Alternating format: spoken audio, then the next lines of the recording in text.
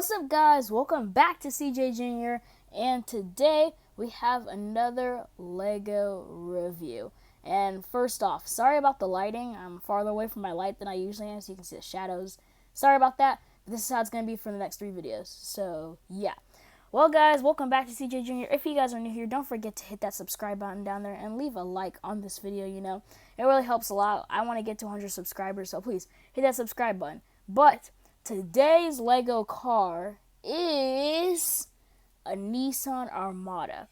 And it's the newer kind, not the older kind, just to get that out of the way first for you car guys out there. Because I know there are some of you. I really like cars. I'm a car nerd.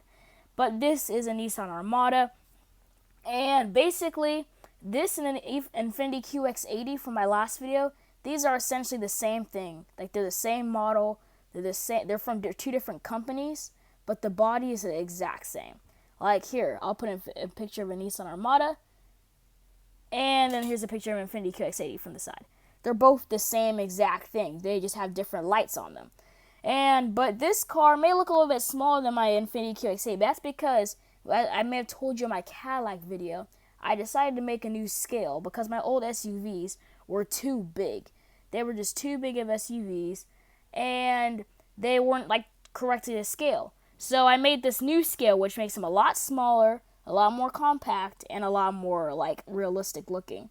The way I do that is I know how big the front is and how big the window is and how big the front seat is, but I go off the back door.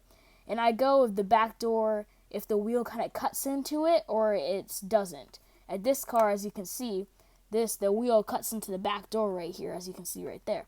So that's how I do my new scale. Some of you, that'll make sense. Some of you guys will be like, what? That's dumb. I've never heard of that. That's how I do it, and it's been working out. So, as you can see, this car is pretty short. It has 3 rows, like I said, Nissan Armada. If we look up at the front, we have our turn signals and our lights up here, and our fog lights and our big old grill. And if we turn to this side, we have our first row, second row, and third row back there.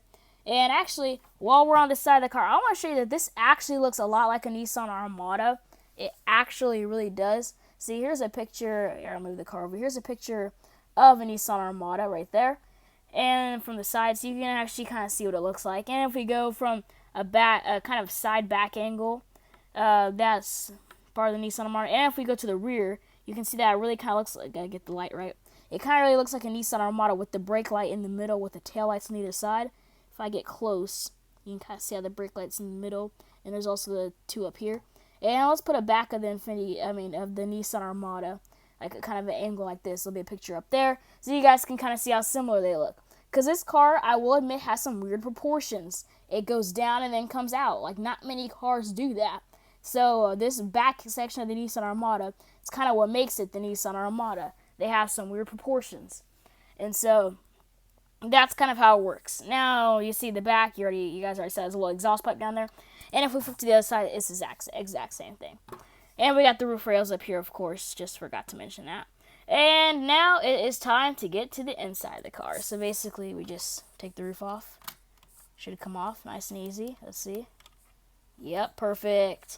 So this whole thing right here just comes off. And then you're left with the car by itself.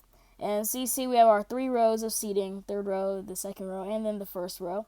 So we do have 3 rows of seating. We have a little cup holder right there. If we look to the front of the car, we can kind of see a little TV screen, the steering wheel, and there's a speedometer behind it. Then we have our 1st row. Then the 2nd row, we have a bench seat, and in the middle seat, that's a child's booster seat, by the way. It's for attention to detail, because it's supposed to be like a family car. And then we have the 3rd row back here with the 3rd row seats that do, once again, fold separately, but they do fold flat to the floor like that, so that you can have like a flat load, so you can like slide like the things that you're carrying in the car in. And to put those back up, you kind of reach behind the seat and you kind of pull them up. It's a little bit challenging, I will admit. Not my best design, but once you get one up, you can just get the other one up super easy. So that's pretty much like that. I'll show you what that looks like with the whole roof on and the trunk opened, because the trunk does open. I forgot to show that earlier. And if we look in the back here, you can see part of the tail lights that don't come up with the trunk. So you can see those down there. And then, yeah, see how a Lego person can fit in this car. See, I got it's a different Lego person this time, this guy. So he can sit right here in the front seat. There you go. He can sit there, he can touch the steering wheel, he can drive, you know what I'm saying? And of course he can fit in the passenger seat. And they can fit in the second row right there. And then a person can also get all the way back here in the third row. Sorry, it's a little hard to see him because of the fact that I'm not using my normal light setup. So there he is right there in the third row. And you can, I tried not to put windows in this model because I didn't have the size I needed made in Lego. You can kind of see him, but, you know, not really. There's his head. But, so that's pretty much it with the inside of the car. So there it is for you all back together. I said I'll show you the trunk. The trunk does, in fact, these things are to help pull up the trunk. The trunk, in fact, does open. You got about 1.5 studs of trunk space in here with the third row seats folded up.